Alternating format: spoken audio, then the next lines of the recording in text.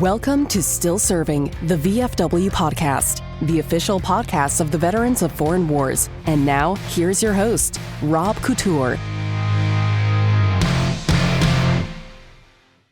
All right, and welcome to Still Serving, the VFW Podcast. Our new format. I am your host, Rob Couture, the Director of Public Affairs and Strategic Outreach for the VFW Washington Office. And joining me here in the studio is a brand new part to this, our panel.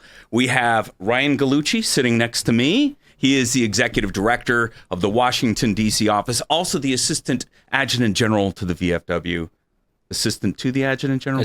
Sure, let's go with Assistant Adjutant General and Executive Director. Let's add 5 more titles to that. That works. I need to print new business cards. So Sure. And then to his left, your right, we have the Director of National Legislative Service, Patrick Murray. Pat works. Pat, no sound effects, no ba ba ba ba, no nothing like that. No, I was told to leave those outside. Oh, well, maybe for another time. And next to him is Brittany Dymond Murray. You want to put that in there too? Sure. All right. Associate Director of Public Affairs and Strategic Outreach for the Washington, D.C. office. And, the new format that we have now is that we're here in the studio, brand new built. The room's not new, obviously, but all the new toys, if you want to call it that, all the stuff to help us better communicate the VFW's message. So, and all the important things that we want to talk about. So first of all, let's see. Brittany, what do we have for our topics for today? Do you have maybe a list? I sure do. I'm glad you asked, Rob. So we'll be talking about Thanksgiving. Sure, because that's like in a couple days. That's like really quick. Mm-hmm. We also have the Dole Act, which is a huge bill that many people have probably heard of. Maybe not, but we're going to cover that. Sure. We're also going to be discussing the presidents of the United States of America. So we're going to all right? The band?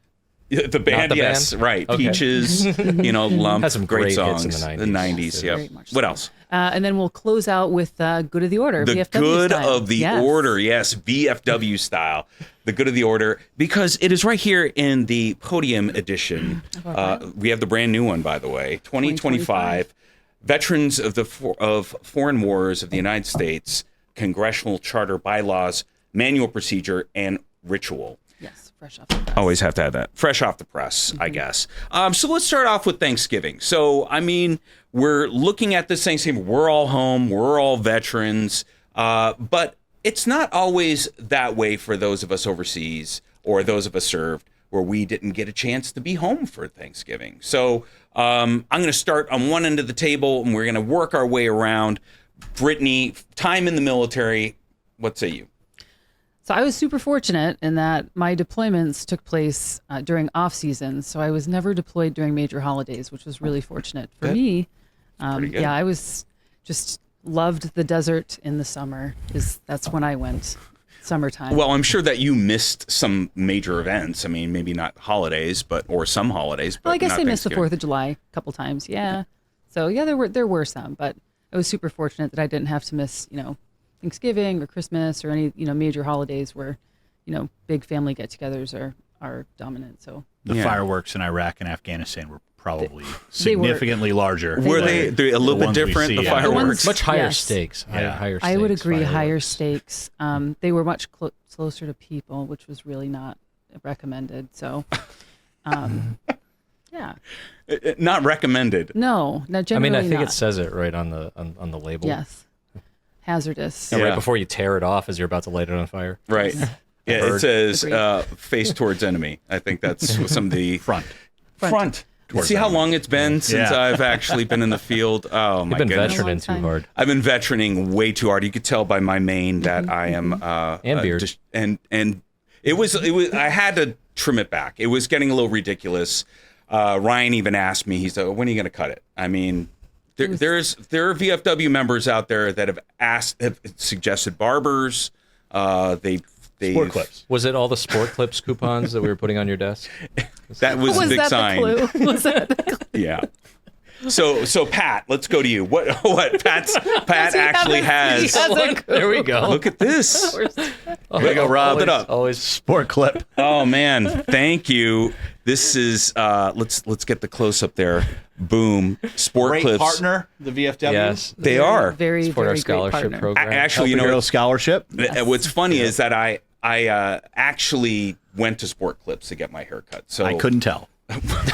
I told them to keep it long. There are some great hairstylists that are over there. I don't know if you say barber. I guess they're barber. Oh, there's a difference apparently. There's like licensing differences. The barbers use the straight razors, Yes. and the stylists true. can't. I don't know. I go to Sport regulations. Clips at Gabriel's, so Yeah, cool. I go to the one in Annapolis. So guess- we're all company folk Yeah. here.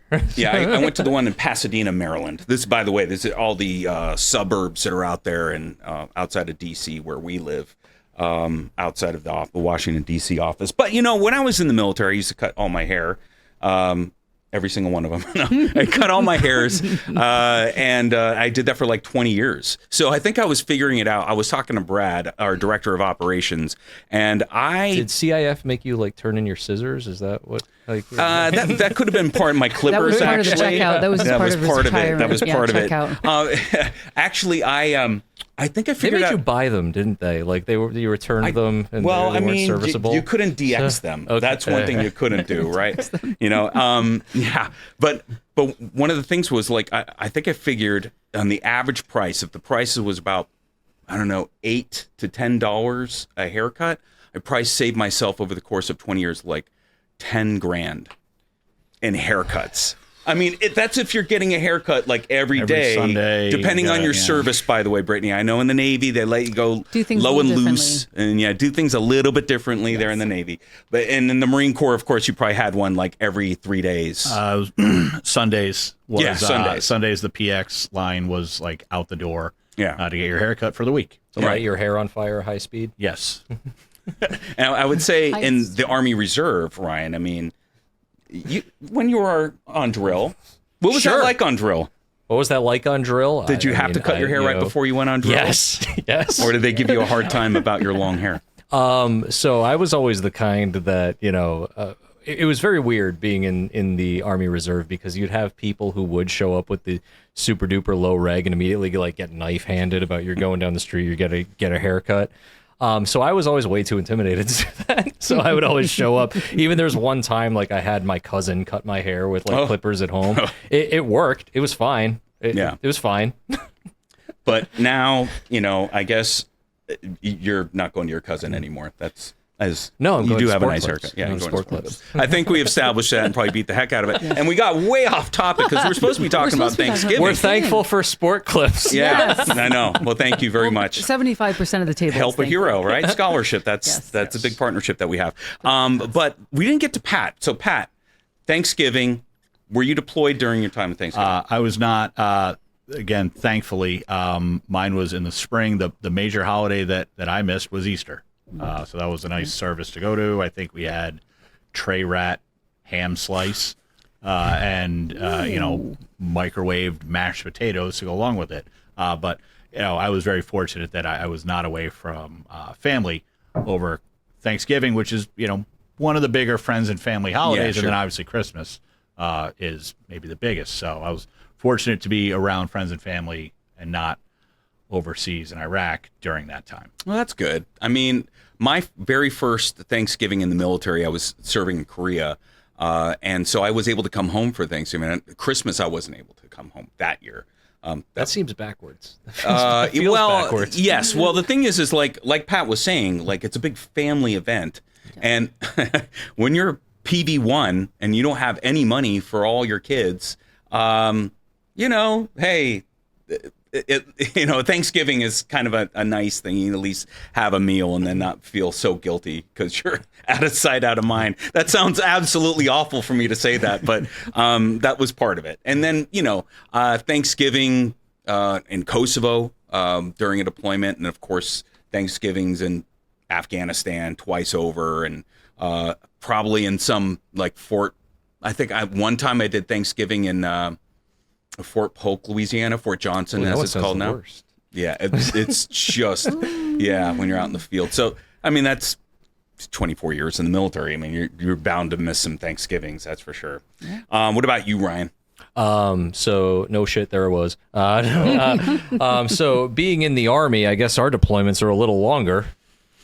Year to I think Department of the year Navy, to 15 months. might be onto something. But Thanksgiving 2003 was at Camp Pacesetter outside of Daluya, Iraq, eating tray rations. And I mean, that's about it. It's like, well, we had turkey and a traditional dinner, or as traditional as it can be in a bunker. Yeah. Right. An Iraqi bunker on a fob. I don't know. That one's kind of a blur. The bigger holiday was R&R in Qatar over Christmas. R&R in Qatar. Yeah. Did you go to Dairy Queen? No, we didn't. Oh my! We were on There's a weird- Dairy Queen there? Yes, Dairy Queen, and maybe a Jamba Juice or something like We that. got Maybe some a of the Jamba PSYOP Juice. guys to sign us out so we could actually go to downtown Doha and went to like the mall. Oh, the mall. and Did you see the moat through the mall? I don't remember. I know there was a skating rink and there's like a Yes. picture of me ice skating that I have Yes. somewhere. You can ice skate there? Yes. Yeah. Experiences may vary. Experiences, Yeah. I had this. differ wildly. Yeah. Look, it was R&R, all right? I mean, Qatar's not Iraq. Yeah, they had like a... Then don't worry, they threw me on a C-130 back to Iraq, and then Get back to Iraq. Yep. that was fun. Yeah. Those landings, the Oh, man. Combat landing. I tell you what, if you've never experienced a combat landing, my goodness, your Or stomach don't know is in what your to throat. expect when you're about to get into one. Yeah, that's is true. Pucker factor. Yeah, it is a little nerve-wracking. So, so we want to remind people out there, hey, look, we have troops still deployed overseas. They're spending Thanksgiving away from home, so keep them in mind, keep them in your thoughts and prayers, and if you have a way to send off a gift basket or a care package to them, by all means do so. So there we go. What? Before we move on to that one, I just want to add one in there because, we are coming up on Thanksgiving. And one of the things that we do out of this office is we visit service members overseas every single year. Yes. And I want to give a shout out on this episode to our VFW comrades who are overseas and who are getting ready for those Thanksgiving meals for service members who are overseas for this time of year. Yeah. Their families might be overseas for the first time. Was in Italy very recently with our commander-in-chief. And it's very strange. Like, you think of Italy, okay, it's a very Western country, but you have a lot of service members who this is the first time that they've left the United States, and it's certainly the first time their family has left the United States. Right. So, the VFW does a ton of great work on the ground to make sure that those families have what they need at the holidays. So I just wanted to give a shout out to our departments of Europe, Department of Pacific Areas, who I know are going to be doing a ton of work this holiday season, especially this week on Thanksgiving. So, Yeah, Thank they you. absolutely do. I mean, the embassy, when I visit over in Southeast Asia, bringing our junior vice commander in chief there, they were telling us about how crucial VFW members are to help those service members who might be in Thailand, or even veterans that might be out and around, because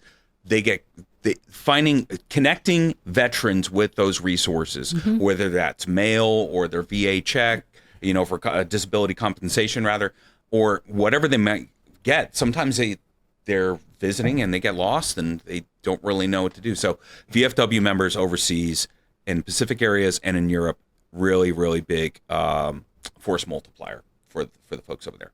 So anyway, Thanksgiving. So, when I brought up Kosovo earlier, and one of the things that I remember from my time in Kosovo was when a congressional delegation came around, right? So it was around probably this time of year, and it was led by then Speaker Hastert, if you remember him. in the Wayback Machine. In the Wayback Machine. And he came through. And of course, so my job in the military, I was a public affairs specialist, broadcaster early on. And that was a lot of on the deployment side when I wasn't doing AFN, going out and covering, doing patrols, doing everything else, and just telling those stories and sending them back home.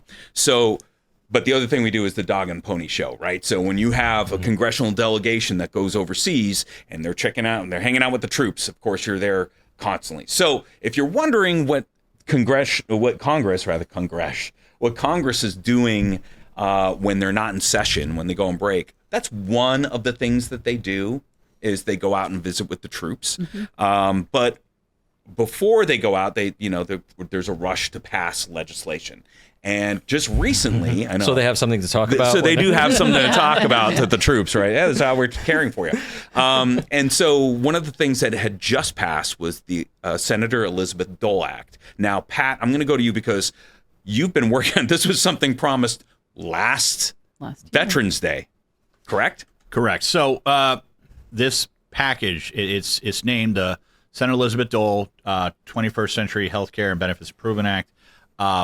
It was supposed to be the 2023 Veterans Day package.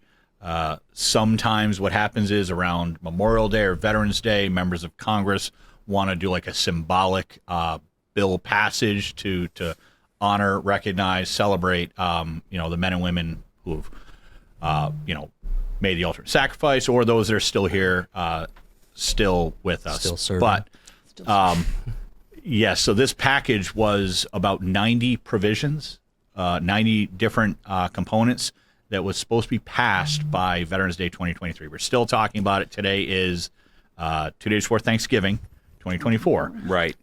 It just passed the House of Representatives overwhelmingly. It was like 390 something to 9. Very bipartisan. It overwhelmingly passed the House. Now it's sitting in the Senate waiting to be passed.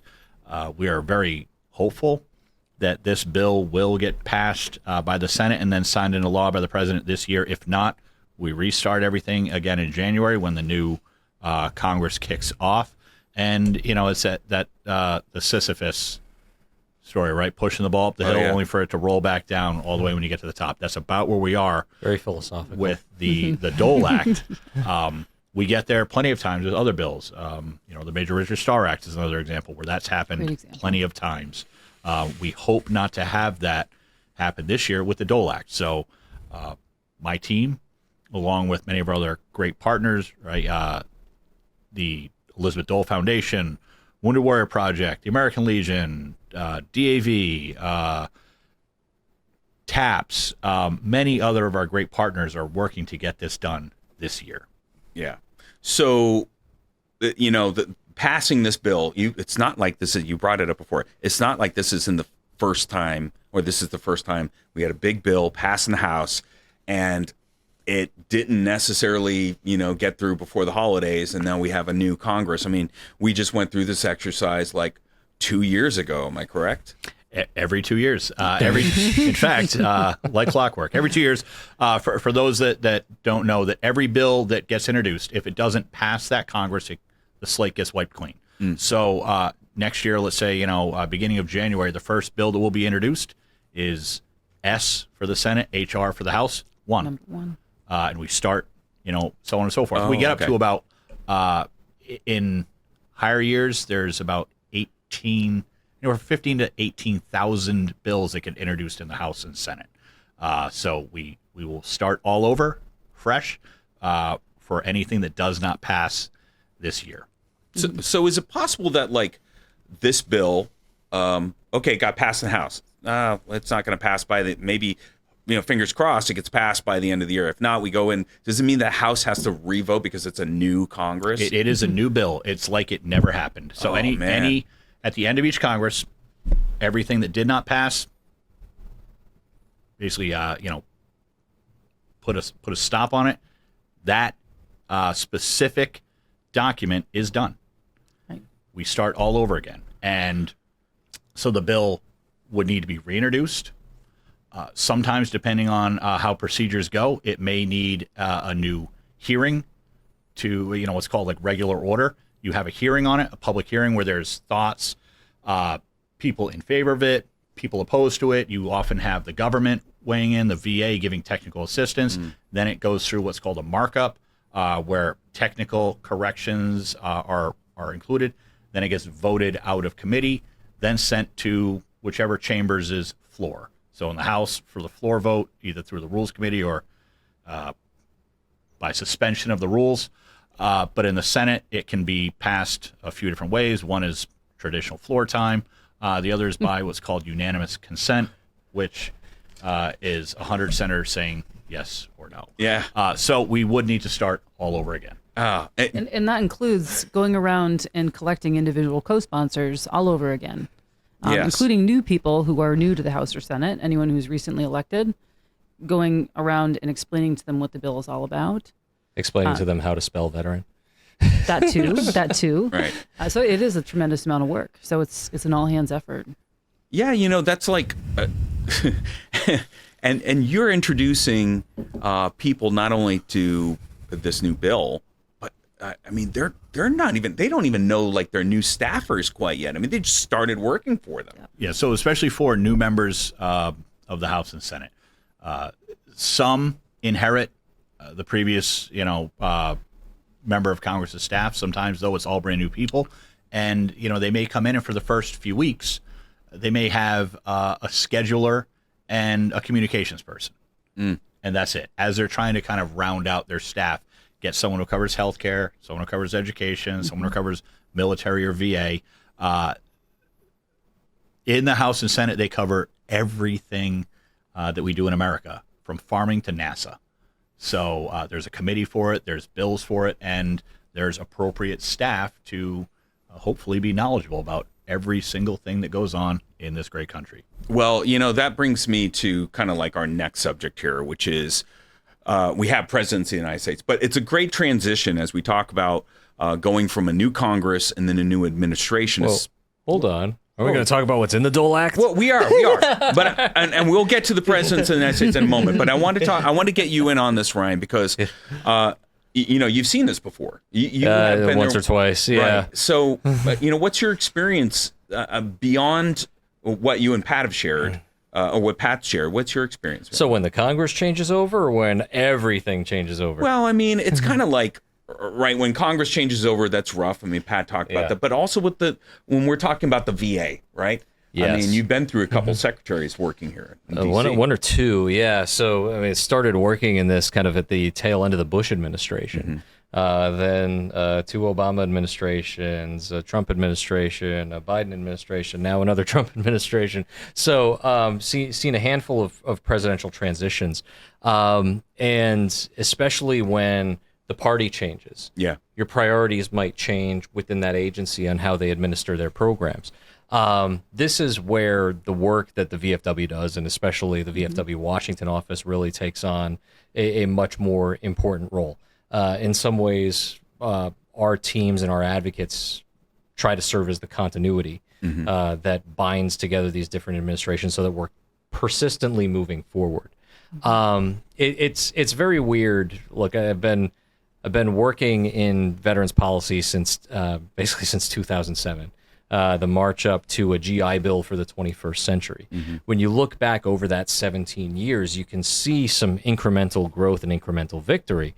So starting with the post 9/11 GI Bill, then a couple of years later, you had the Vow to Hire Heroes Act that reformed military transition. Then you had accountability for the GI Bill, the consumer protections, the complaint process that reined in predatory schools. Then you had in-state tuition. Then you had Forever GI Bill.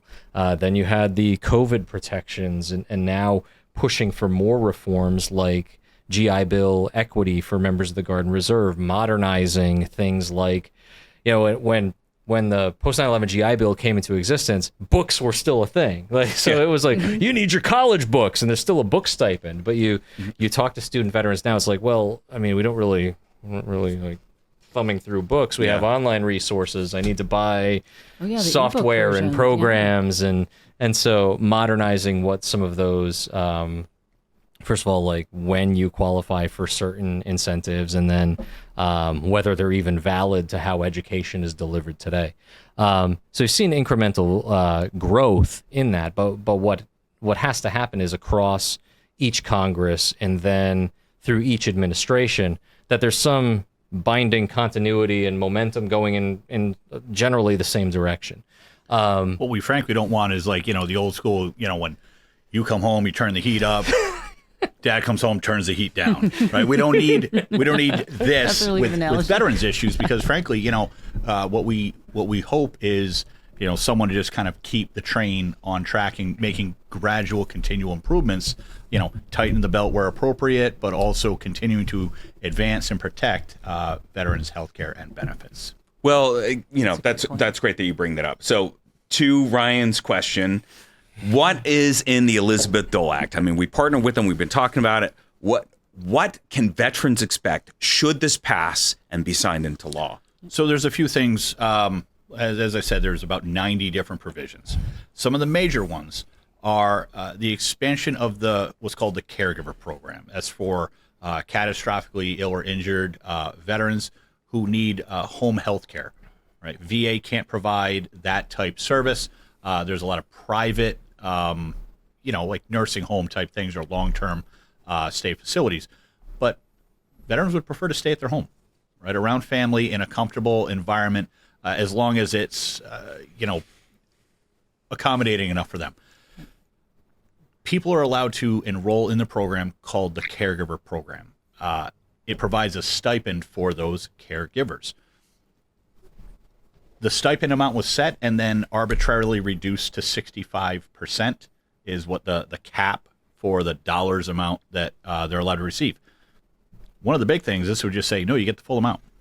There is no 65% cap that we're arbitrarily doing just to kind of lower costs or keep money down. Another one is there's programs in there that would expand the services and outreach for county veteran service officers all around the country.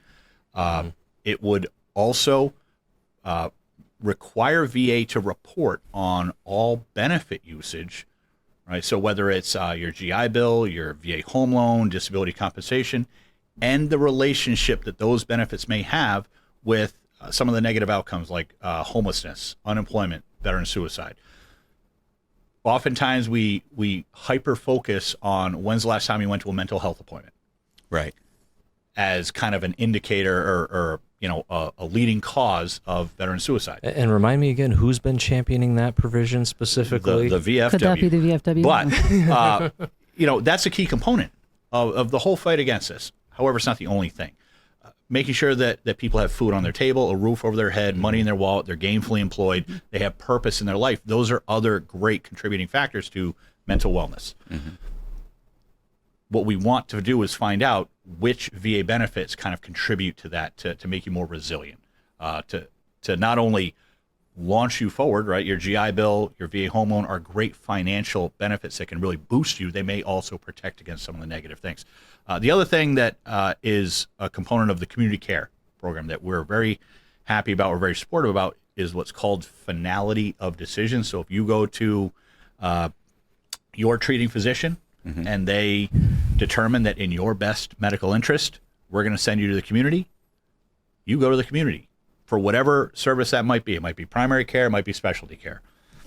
Right now, what is happening at VA is too often you get referred to the community by your treating physician, and someone at VA central offices, an oversight review board, someone in the hospital revokes that.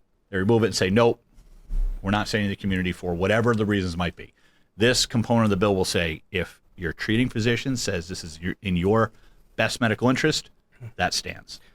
So I want to talk about that provision a little bit, because this was the one that really became contentious. And, it took a lot of work by Pat and his team to push the House Democrats to get on board. We had some sit-downs where people kept saying, well, this is too expensive. This is privatization of VA, blah, blah, blah, blah, blah. Look, it's absolutely ridiculous. It's what we're asking for in that provision is in line with how healthcare is delivered. Mm-hmm. I mean, if you go to a private hospital system and that private hospital can't deliver that care, they'll pull out all the stops to make sure that you get to a hospital that can deliver the care that you need. Mm-hmm. Profit be damned. And that's in the profit-motivated system. I get personally frustrated about this one because I've had conversations with VA officials where we've said, and it's in our congressional testimony too, we've said you need to lean on your third-party administrators to deliver community care the way that veterans expect it. There can be no wrong door when you've chosen VA as your care provider. But there's so much geographic variance and just bureaucratic nonsense every step of the way. And we've seen examples of it. We've worked with veterans through NVS, through our casework team, who are stifled by community care. There was an IG report out of Buffalo I think that was last month, that spoke to kind of just the diffusion of responsibility. Patients were approved for community care, but no one was like, well, I guess that's somebody else's responsibility. We've been asking for this since the Mission Act was signed into law. It's like, look, we want this to look a little bit more like TRICARE, where the service member, there really is no wrong door. There's a network of providers. You can get it at the MTF. If the MTF can't provide it, then they're going to send you to the right facility that can provide it. I think there's been a huge disconnect between what some in Congress perceive as what veterans want versus what veterans are actually asking for. Yeah. Which they is need. Exactly. And thankfully, it took a lot of work. It took a lot of meetings, a lot of talking to people. But we have some great friends in the House of Representatives that were very strongly on board with us from the beginning. We're very happy to see a very strong vote out of the House. Hopefully our supporters in the Senate see that it was, damn near unanimous, so they can pick it up and pass it swiftly to get it to the president's desk before next Congress. Yeah, and that was when you were telling me about the bill, Pat, I was actually kind of surprised. Okay, so truth in lending here, and I know those of you that are buying houses, truth in lending. I have TRICARE. Use your VA home loan. Yeah, right. Because I did use my VA home loan because I have TRICARE because I'm a retiree, and so I use that quite frequently. And the great thing is, like, oh well, hey, we don't have someone available at Walter Reed or this hospital or this place all around the network. Okay, we'll just send you out. All right, and they just send me out. Easy peasy, right? And so, not knowing the full extent of how the VA works, with the exception of how they, were able to do my evaluation as I did my BDD, leaving out and that sort of thing, I was absolutely surprised. And I think, Ryan, that when you testified not too long ago about having issues. That was with the VA. that was on the VA contracted exam process, which is another clunky process where I think, look, this is where VA ends up losing a lot of veterans. And again, it's why we, as the VFW, we're pushing for the Not Just a Number Act, which is rolled up into the Dole Act. Sure. Shameless plug for the Dole Act.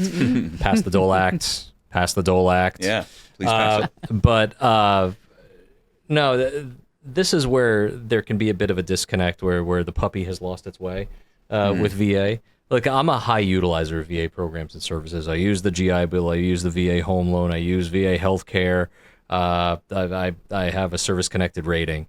I think VA has allowed me personally to thrive as a veteran. I think it allows millions of veterans to thrive after service. I would agree. That doesn't mean that it's not without its flaws, like any major system that needs to be checked time and time again. I think there are many times that there are parts of the bureaucracy that may be outdated. They may have served their purpose earlier on. I think during COVID-19, we learned a lot about remote work and productivity, and do you need as many regional offices as you have?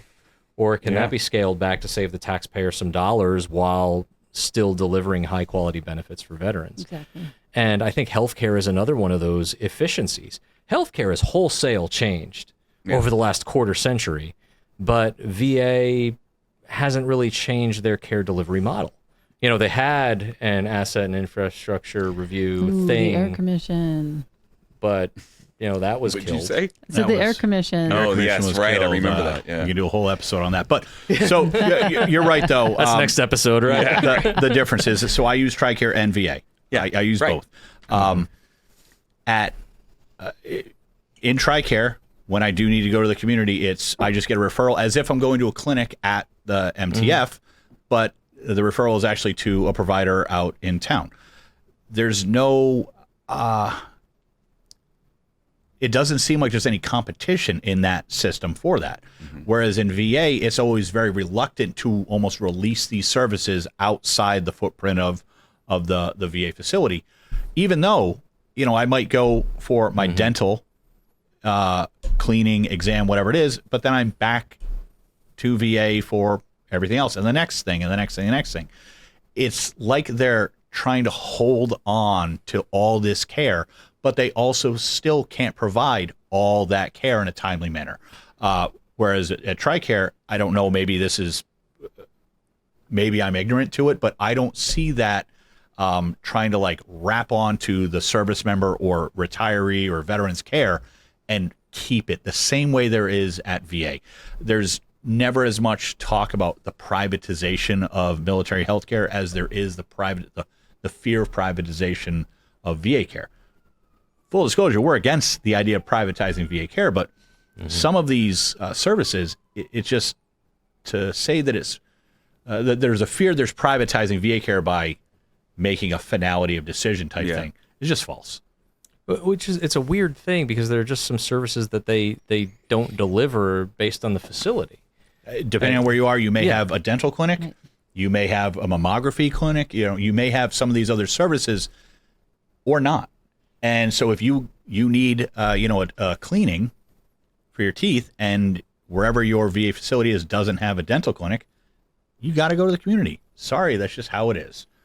So certain things, not every facility has a prosthetics department. Yeah. You go to the community.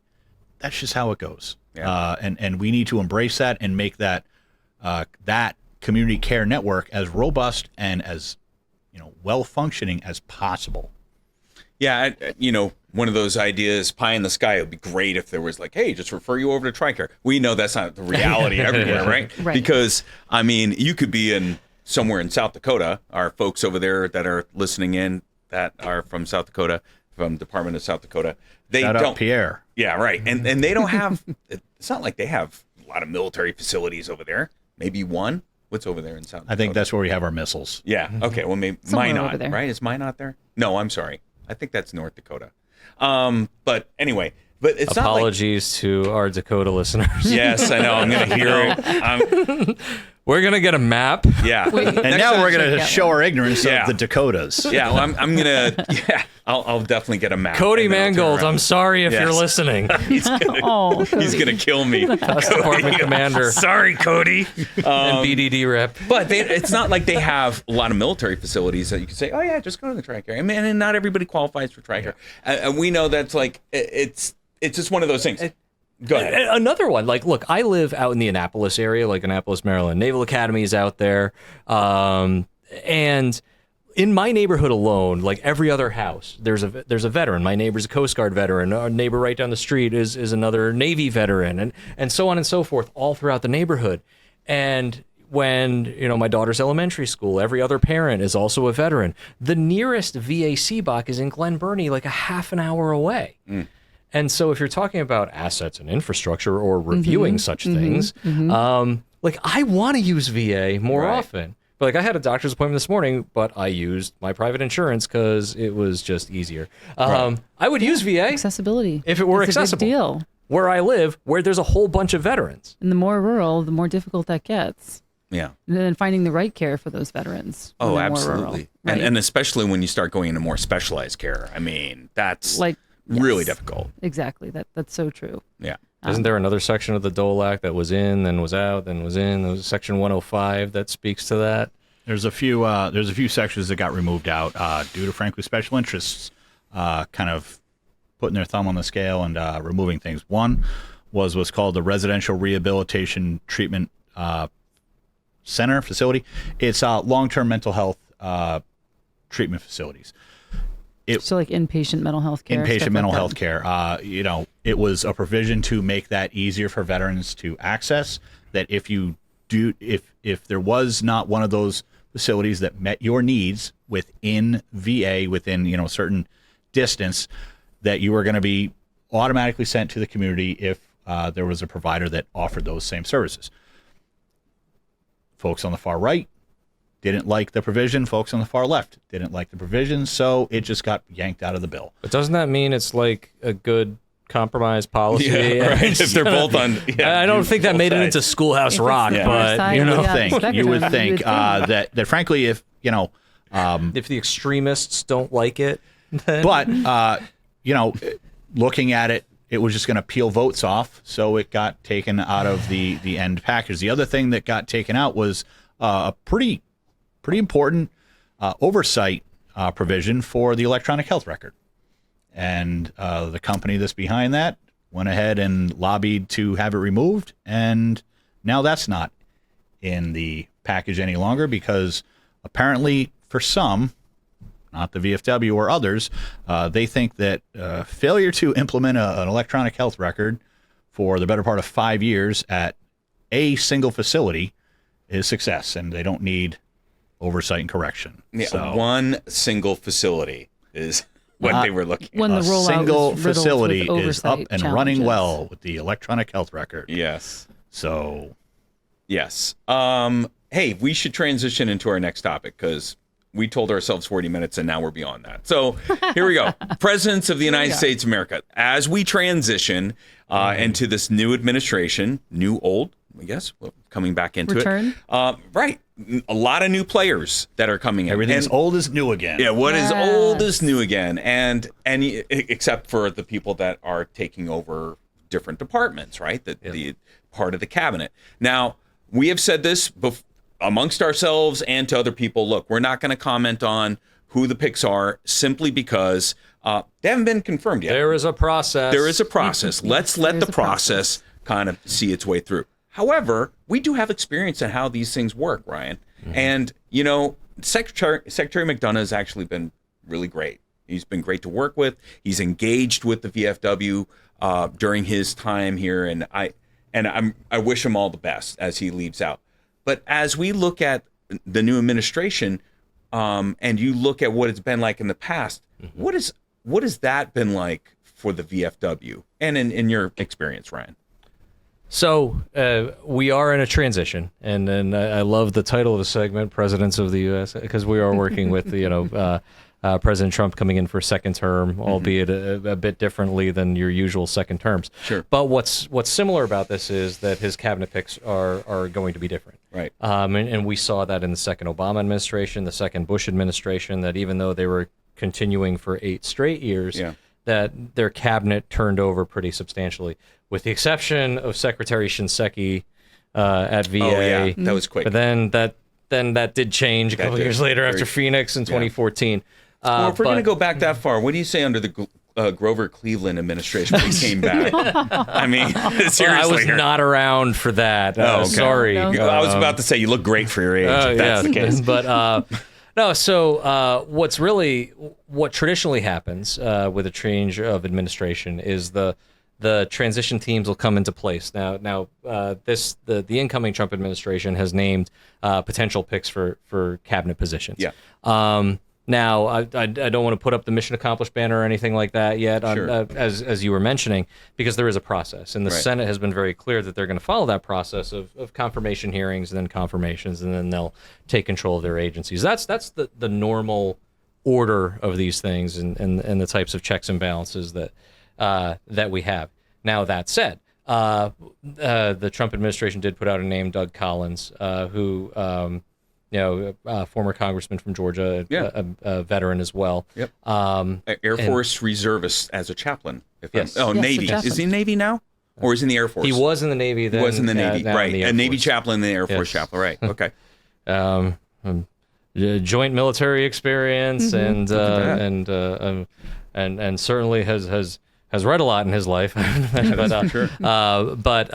So it looks like the Trump administration is going to put a veteran forward to run VA again, which I personally think is a positive direction to have veterans at the helm. Although Dennis McDonough was not a veteran, neither was Secretary Shulkin. Yes, yeah, right. And they both had their successes. Shulkin with the first Trump administration and some of the things that he did, and then Secretary McDonough as well. But that said, in the month of December, many times the transition teams reach out, start to get a sense of what organizations like the VFW think, and we're eager to have those types of discussions because, like we were talking about a little bit earlier on, trying to provide some continuity. The VFW we're 125 years old this year. And we're an organization governed by bylaws. There's Pat Shirt. Oh, yeah, Pat. He's so well branded. Branding. Yes, Pat's Good job. branding. We've got the book right here. We've got but it's our priorities are driven by our members. Yeah. And approved by our national convention. And they change. They change with time. Sure. For example, this discussion that we had on community care probably wouldn't have happened 10, 15 years ago. Now, the VFW has been consistent since 2014. We've always believed that community care was a component of VA care. But given the expansion of eligibility for VA, coupled with a resource-constrained environment, coupled with changes to how healthcare is delivered, VA has to change along with that. And so the way that our members feel about VA care today is very different from what it was 5 years ago, 10 years ago, 15 years ago. Right. Because care is just different. Sure. And so our responsibility is to get in front of this transition team, get in front of the people that the Trump-Vance administration is going to tap to lead VA, and make sure that we share our members' perspective on key issues like disability compensation or claim sharks or GI Bill, or care delivery. Right. I mean, the thing is people need to understand the VFW, which we've been doing this for, so long now. How long? You guys in 2019 you celebrated 100 years for both legislative service and veteran service, cutting through the red tape, as you said, Ryan. During that time, that was part of the slogan. But it's one of those things where we were doing it before the federal government was. We've been doing this longer than VA. Right. Which is merely a statement of fact. It is true. It's a statement of fact. And actually, there was no VA before that. Yeah. So, I mean, there was the Veterans Bureau, sometime in the Veterans early... Bureau came out in 1921. I came 2 years after the VFW got into this line That's of work. Absolutely right. So, I mean, we've been doing that for a while. And if it wasn't for the VFW advocating for that and other veterans organizations, maybe the Legion as well. So, yes, the Legion has been around for that long. So has DAV, and there are a few others. 40s was DAV. Were they? Yeah. The Legion also came out of the Great War. They did. There's a book. Was it after the Beyond the Bonus March? Yep. That actually shout out to Stephen Ortiz. Some of the major organizations that were part of some of these big,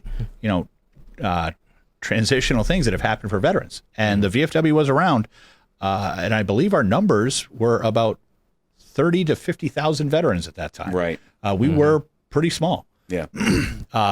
And really grew because of the bonus march and things like that. So, but there have been many organizations that have been doing this for a long time. The VFW has been doing it for longer than most. And we're going to continue long into the future. That's right. One thing that Ryan mentioned, though, that was really great, the proposed nominee for Secretary of VA is a veteran.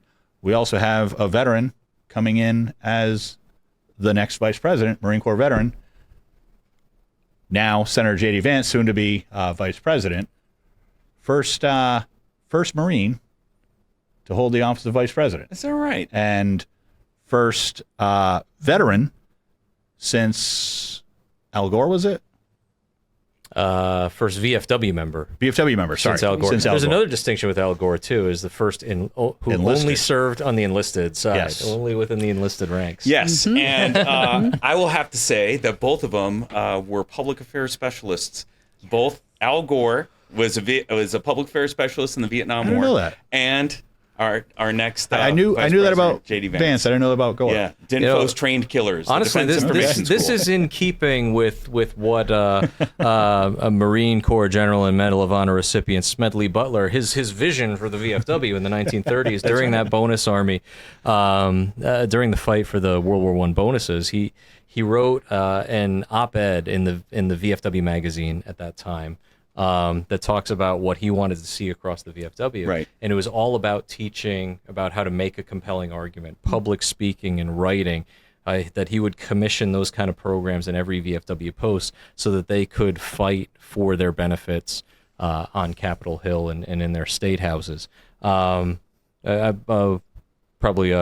share that online, share that article, because it really, I think it's instructive to why the last two vice presidents of the United States who were veterans and VFW members, Al Gore and incoming Vice President J.D. Vance, were also DINFOS trained killers and public affairs folks. Yes, I am proud to say so. I belong to that elite organization within the military.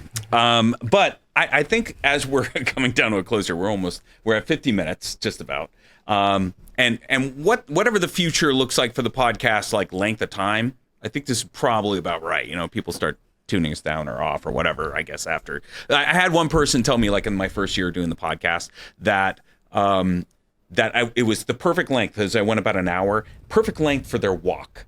Nice. So they would turn me on and they would just... My commute. Yeah. Or it could be a commute. Yeah. It could be for a commute. Yeah. So trip to the grocery store in D.C. Yeah. Oh, man. Accurate. I tell you what, especially like at this time of day, because traffic really starts getting going right around 3:30. So here we are. We're at about 3:37 in the afternoon. Yes. What do we have? The good of the order, right? Good of the order. To explain the good of the order. Why are we calling that the good of the order, Brittany? Well, it's when we bring up stuff that wasn't touched on during the meeting, during the, at when you're in a member in a post. Yeah, right. It's anything else that we want to bring up for the post itself, news, stuff that, we think other members in the post might, we would want to talk about, and so on and so forth. Right. And so I like it. Anything, yeah. I think we're going to keep it. Let's keep it. I think I like it. It's a good. Is there anything for the good of the order? Good of the order. Good of the order. We need to get you a gavel. That's absolutely we need to get you a gavel. Who's hosting this thing? Who's in charge of this gaggle? Well, we don't have our caps on right now, so maybe I don't need a gavel. But what do you have to bring it up? I mean, we're well branded. Cut that. Yeah, right. There's we have branding going. Anyways, Brittany, good of the order. Good of the order. What that's all about. I don't know. You made some really great points about VFW and other fellow advocates in the space being the connective tissue between administrations, even just simply between staff members in the offices in the House and Senate, because there's so much turnover. It's so important to have organizations like VFW, Legion, TAPS, DAV, WWP, being able to be there and be the subject matter experts to help inform, members and their staff about what the issues are, the ins and outs, because they have so much on their plate every day, and they can't possibly focus on any issue in super depth all the time. Right. And so that's why it's so critical that we're that's one of the reasons why it's so important that we're here. And then also, Rob and Ryan, you both brought up the BDD program, and I just wanted to, for our viewers, touch on what the BDD program is. That stands for Benefits Delivery at Discharge. And the VFW has a really robust program. It's our pre-discharge claims program, and we're on over 20 military installations around the world, and we just opened our newest site in Hawaii. And so we help service members who are within 90 to 180 days, so 3 to 6 months of discharge, and help getting them connected to their VA benefits. Yeah, absolutely. In fact, one of the places that just opened up, like you said, Hawaii. Yep. So Joint Base Pearl Harbor Hickam. Our director of National Veteran Service, Mike Figlioli, he's going to be on his way over to Hawaii to do an escort mission for our senior vice commander-in-chief as she goes to visit for the Pearl Harbor Day holiday, for the commemorative event there, and go visit that site to see how they're doing. I mean, I tell you what, the captain that took over as the base commander, huge support, VFW member, huge supporter of our program. He was, gave us open space to be able to do that there when he was over at at Guantanamo Bay. Over there at Gitmo. For service members, a lot of people don't know. I mean, we have people in the National Guard and Reserve going over and serving in Gitmo, right? Mm-hmm. That's still going on. That's still a mission. And you want me on that wall. You need me on that wall. And so they're there, and a lot of them are looking to get out of the military. They're looking to get out. And so for us to be able to go there and provide the resources to help them out as they're getting ready to transition and from their medical service of TRICARE going into the VA healthcare system is huge. So you bring up a great point, BDD. I'm glad that you did. I'm glad that we brought it up and you explained it, because otherwise people are thinking like, what are they talking about? What is BDD? Yes. Is that underwear? We don't know, acronyms. but now we know. Yeah. Acronyms. Oh, that's BDDs. No, I don't know what it is. I don't know. That's a throwback. Yeah, no, nobody makes those anymore. Fruit of the Loom is where it's at, I guess, or Hanes. Pat, go to the order. I don't have any caveats or piggybacks Oh my to goodness, put Saved on rounds. top of anything, so I will Nothing like that. pass. that was one of the things that we had talked about earlier. Was here? If you're in the DC area, right, or anywhere where there's a lot of defense industry or whatnot, these commercials that come on are absolutely crazy. Sometimes you don't even know what they're selling. Am I right? So why are you they're selling this to me? You know, for those looking On for the cutting edge right, of if you're innovation. exquisite systems with agility. Like what? Huh? I don't even know. I'm not buying a Predator drone to leave in my backyard, like up the road in Maryland. Why not? But that's what's on TV. Why not, man? Brittany, can you? But mostly because I'm not allowed Will you to. look into All right, and the cost. Well, I mean, I'm worried about like maybe I don't know, putting a fancier toilet in my bathroom. All right, and that's already like breaking the budget. Never mind buying a Predator drone. what kind of toilets are you looking to buy that are fancier than what you Fancy have now? Japanese bidet toilets that are like Yes, heated. that's and where it's at. Come on, man, like Right. Yes. Yeah. Self-cleaning. yeah, right? Cleaning. yeah, like all the rage. Okay, so the first time that I used one of those, I just wasn't a fan. It took till about like the third or fourth time, and then you're like, okay, I'm on board with this. Yes. So, yeah, the Northrop Grumman or the Raytheon commercials that are on TV in this area, don't play to me. Yeah, that's right. There's so many. I mean, they're offering you atmospherics and agile systems or solutions. It's always Yeah. solutions. Putting in the man hours Yes. for the solutions. Electronic warfare That's Prestige systems. worldwide. It always reminds me of that, right? The science, leather gloves, and security. So Ryan, what do you have for the good of the order? Oh, geez. So there's something on my mind as we're coming up on the Army-Navy game. I'm an Army veteran. Please spare me that. I do root for Navy because my brother went to the Naval Academy and I live near the Naval Academy. Also go Navy. That said, this has not clouded my judgment. I'm not a big fan of Army's uniforms. Oh yes, I don't. We've I had think. this discussion I think earlier, it's too much nuance that you end up having to explain what it is. As a Whereas Navy's is Yeah. pretty much on the nose. As like the- you know what they're talking about. The former director of operations here, Bob Jackson, once told me, if you're finding yourself explaining, you're losing. So And that might be sounds the like case Bob. with these uniforms. yeah, and here's the story. So Pat Murray came into my office to talk about the uniform reveal and talk about the Army uniform. And you were explaining what was on the back of the uniform. I think the uniform is okay. I think the story, though, that they're trying to the story's it's outstanding. awesome. Yeah. It's but like, they should have told the story. yeah, the coolest thing the Army has ever done was when they were surrounded at Bastogne and the Germans demanded their surrender and they sent back nuts. That's just a cool story. That's giving the finger to the Nazis, right? Like, who doesn't want to do that every day? You think that's the coolest thing the Army's ever done? I would say it's up there. I think, Washington crossing the Delaware was pretty awesome. okay, one of. And Shane Gillis does a great sketch. When you're surrounded. Nobody knows. What is it like? When you're surrounded and outnumbered 10-1, and the Nazis are like, "We're going to wipe you out," and you give them the finger. Okay, so then That's why awesome. don't the back of Army's jerseys say nuts? I don't know. They say Army with an exclamation point with the little tick marks. I'm below, sorry, and that's I'm not an supposed to Army be- uniform designer. Because you know why? Because we're Institute of Heraldry. I hope you're listening. okay, but They don't design the uniforms. Ryan, the thing is, you have to understand when you're talking about the military, and all of a sudden you say, "Hey, what do you have on the back of your jersey?" Nuts. Right. I think we all know where that conversation's going. Then you know what? Explain, like, as opposed to why does the back of your jersey say Army that's underscored?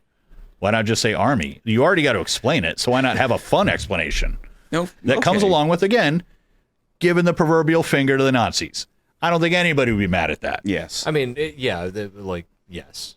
that's giving the proverbial finger to Nazis is pretty great. Like Yep. 10 times out of 10. Yeah. Okay, so that's a good point. You make a fair point. What would you say about the Navy's uniforms?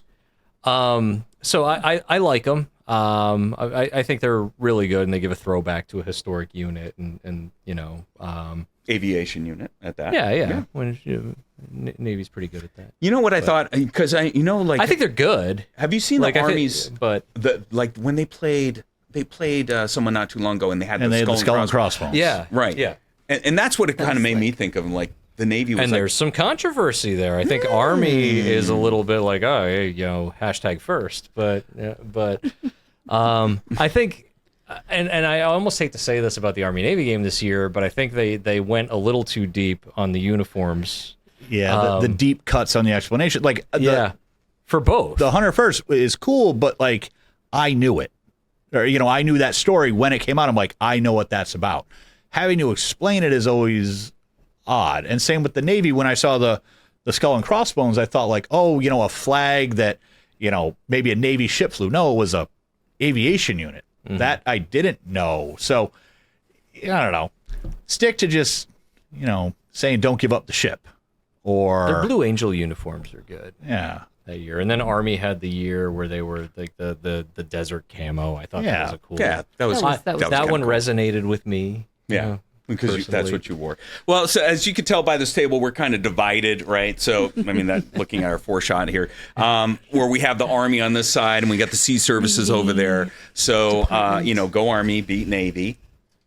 And you guys say, I don't know. I Aren't you didn't. guys- Go Navy, beat Army. there we go. Yeah, I thought that cool. we I served in the kind of Every day. balance it there. Every day. Both teams have Yes, records. yes. Like, Well, in it the was- day of transfer portals and NILs that Yeah. two programs, but principle-based programs are competing. The Army. Until they ran into the ranked teams. Yeah, the Army got boat race this weekend. Oh, yeah, when they went and played. I Notre Dame. rooted man. for the Army for the first and likely last time this Saturday, and they got whooped. Yeah, that Great was- job, though, guys. Hey, you're up against a tough team, but 5'0" nothing, 100. Yeah, exactly. Well, we got to wrap this up. So, What do you have for the good of the order, Rob? oh, am I supposed to have something good? I mean, I don't think we have enough time for what's for the good of the order, to be honest with you. What are we on a time hack? All Are the right, advertisers fine. All gonna right, if we hit fine. an hour and 3 minutes? Brought to you by, I mean, we gave Sport Clips a lot. yes, of we love did, this Yes, episode. that's and I'm true. sure it would be great. Sport Clips help a hero scholarships. Hey, Yes, check it out. If you want to Hero. give me a free haircut, Sport Clips, I'm here. So, but anyway, I think I want to thank you guys, welcome you to this new format that we have. Thank you for joining me here on the program. Good of the order. Hey, I think that we can do a lot of things with this podcast, and it's really important. Brittany, you brought it up. We have this big transition with people over in Congress, with their staffers. Some of them that don't understand DC, maybe never even been here. Some of them that do, but most definitely need to be reminded of the issues that affect our veterans today and into the future, our service members and what they're affected by, their quality of life. When we talk about readiness issues, when we talk about things that are going on around the world, it's always contentious. Everybody's been talking, it's going to be like World War III around here. That seems to be the conversation since, I don't know, World War II. since World War II. World War II. Exactly. When's the next one? Right. Exactly. Hey, we're America. It's what we do. We get in wars. Back-to-back World War champions. That's right. And that's, hey, over the top on. Do you have a hat that says that?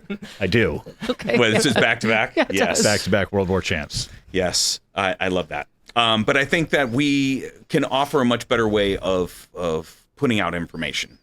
So not only with this format, we're able to openly discuss things as we bring other people on, but also, just talking about things that veterans talk about, like regular conversations that you might hear at, a VFW post or out there when they're volunteering or out there still serving. Still serving. You said it. I did. I said it right there.